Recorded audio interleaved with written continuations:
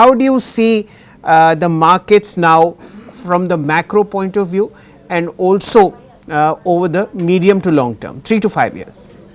Basically, like you said, this is a moment not just from the next 3 4 days perspective, 5 days. Yes. Of course, those are going to be very interesting days. If you reflect back from 1999, those are interesting days. I think three things which will happen, and those were important to happen. One is there was a formation of a paradigm shift between debt investment being moved to equity. So the continuity of the government was very critical for this momentum to continue. See, India has about 800 lakh crores of household savings, out of which 3.2% is in mutual funds, 3.2% is in direct equity by individuals. If only 6.5% of the total household savings is in equity, then you needed that kind of momentum to continue.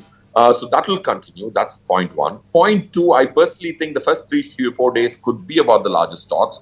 But I'm now reasonably confident that the broader markets, which is small caps and mid caps, which continue to rally, will further outperform Nifty. That's point two, because India has very little free float in these segments.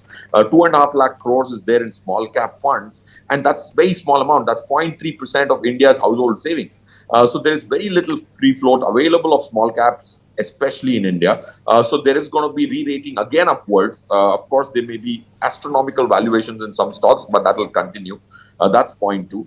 Point three, I think the capital market infrastructure will get a Gopal, larger वो emphasis this Sensex five return कर years. रहे. Okay. So these are the three important things which I believe will shape the next 5 years. So if, I would not be surprised if Nifty delivered 12 to 14%, and the broader market delivered 3 to 4% more over the next 5 years compounded, which means that Nifty could double in 5 years, which I think is a great start point for anybody to invest capital.